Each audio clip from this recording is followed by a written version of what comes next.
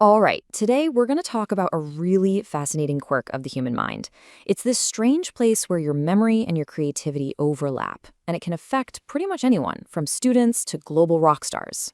So let me ask you something. Do you think you could steal $1 million idea and do it totally by accident? It sounds kind of crazy, right? But what if I told you that your own brain could trick you into believing someone else's idea is your own brilliant original creation?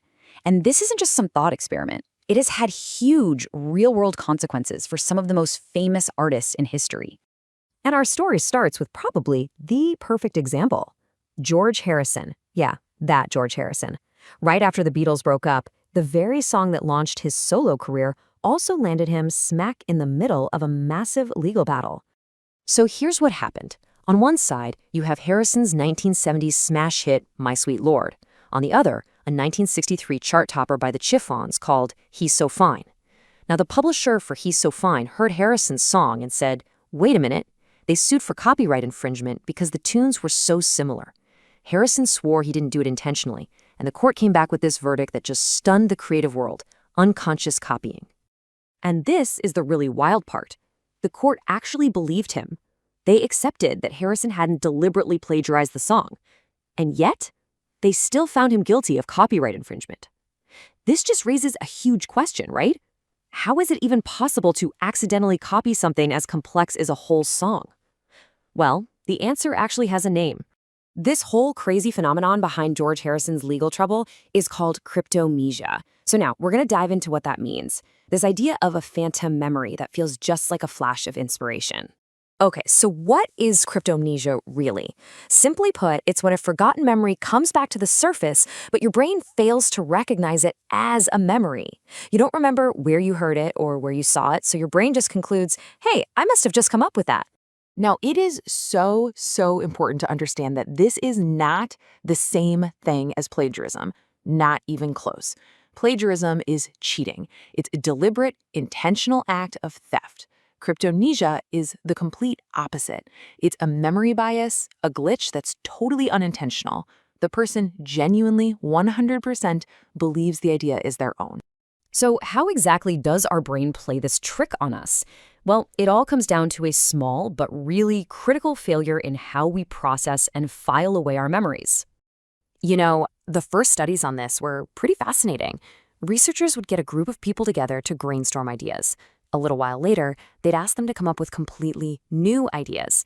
And get this, between 3 and 9% of the time, people would inadvertently plagiarize, either repeating someone else's idea from the first session, or even one of their own, thinking it was brand new. It shows this is a surprisingly common glitch. The psychological term for this glitch is a failure in source monitoring. Think of it like this. Your brain stores the what, the idea itself, separately from the where and when you learned it. That's the source. Now, this failure is especially likely to happen when we're under a heavy mental load, because our brain is so busy processing the new idea that it just doesn't have the resources left to properly tag it with the right context. Let's break it down into 4 simple steps. First, you absorb an idea. You read it, you hear it, whatever. Then, over time, you forget the source. The context just fades away. Later, the idea itself pops back into your head, but, and here's the key, because that source information is gone, your brain just assumes you must have invented it right then and there. So while all the brain science we're talking about is pretty modern, the concept itself isn't new at all. Thinkers have actually been wrestling with this idea for well over a century.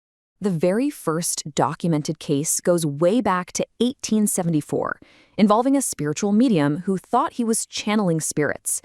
In reality, he was just repeating details from a newspaper article he'd forgotten he'd read.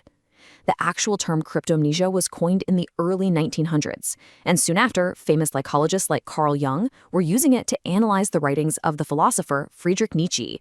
And speaking of Nietzsche, he is far from alone. In fact, the history of creative work is just filled with these remarkable examples of cryptomnesia affecting some of the greatest minds to ever live. Robert Louis Stevenson wrote this after he had a shocking realization. Key parts of his novel, Treasure Island, characters like Billy Bones, the sea chest, the whole vibe, were lifted directly from a book he'd read years earlier and completely forgotten.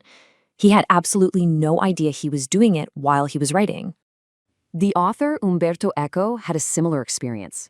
Years after publishing his masterpiece, The Name of the Rose, he stumbled upon an old, obscure book in his own library and discovered that a pivotal plot point, a book with poisonous leaves, was eerily similar to something he was sure he'd invented entirely from scratch.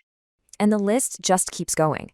Helen Keller was devastated by accusations of plagiarism for a story that had been read to her just once when she was a child. Steven Tyler from Aerosmith famously heard his own song, You See Me Crying, on the radio and suggested his band should cover it, totally forgetting they wrote it.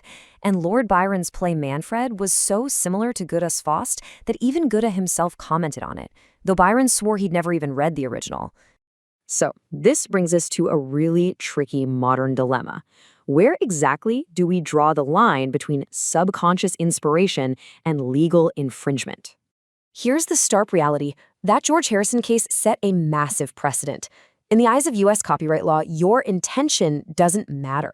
Whether you copied an idea deliberately or you did it subconsciously, it's still treated as infringement. Your mind might make an honest mistake, but the law does not. And that leaves us with a challenging final question. In a world that is just saturated with information, where our brains are relentlessly recording everything, what does it truly mean to be original? It suggests that maybe creativity is less about pure invention and more about the unique way we forget, combine, and resurface all the ideas we absorb every single day. The question is, how can you be sure your next great idea isn't just a phantom memory in disguise?